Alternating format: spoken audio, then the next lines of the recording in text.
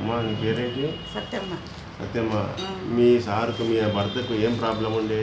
కడుపు నొప్పి ఉండే సార్, పక్షవాతం ఉండే, కడుపు నొప్పి ఉండే, మంచిగా మొక్కల నొప్పులు ఉండే, అన్ని తక్కువ అయినాయి సార్. తక్కువ ఉంటే మరి బసవానందం డాక్టర్ దగ్గరికి వచ్చినావు కదా?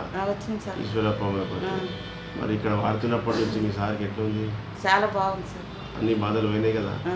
ఇప్పుడు మంచిగా ఉన్నాడు? అన్ని మంచిగా ఎన్ని రోజుల నుంచి మంచిగా అయిండు? లేకపోతే ఎప్పుడో చనిపోతుంది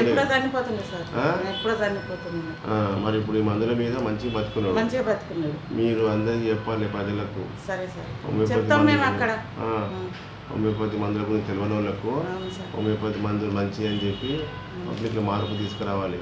ఇప్పుడు మీ భర్త అలోపతి సైడ్, ఇంగ్లీష్ మందుల సైడ్ పోయి ఉంటే అన్ని అడ్డమైన మందులు పెట్టి అయితే నాకు విషపూరితం చేసి పడేస్తున్నాయి.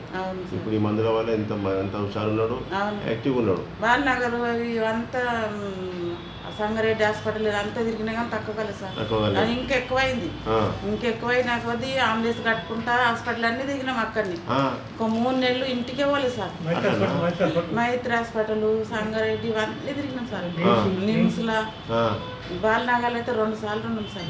బీబీఆర్ 2 సార్లు ఉన్నాం. అట్లయినా కానీ తక్కువ లేదు. అది ఇంగ్లీష్ అంటే ఇచ్చినా కొద్దీ ఇంకెక్కువ అవుతుంది. ఎక్కువ అయినా కొద్దీ హాస్పిటల్కి వెళ్ళి అంబులెన్స్ కట్టుకోవాలి, ఇంకో హాస్పిటల్కి వెళ్ళాలి. అంబులెన్స్ కట్టుకోవాలి, ఇంకో హాస్పిటల్కి వెళ్ళాలి. ఇంకా అట్లయినా కానీ చచ్చిపోతాడు అనుకున్నాం సార్ మేము. అంతే.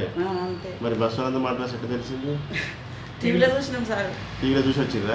టీవీలో చూసి వచ్చినాం. టీవీలో చూసేప్పటికీ మీకు మంచిగా సత్యనారాయణ సార్ మంచిగా అయిపోయింది. నువ్వు చెప్పు మరి, సత్యనారాయణ సార్ ఇప్పుడు మంచిగా ఉన్నావు కదా?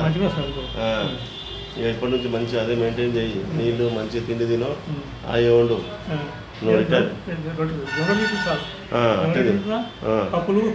Very good. ఓకే. ఇక మంచి ఎక్కువ తక్కువ పని ఎక్కువ చేయకుండా మంచి రెస్ట్లో ఉండు.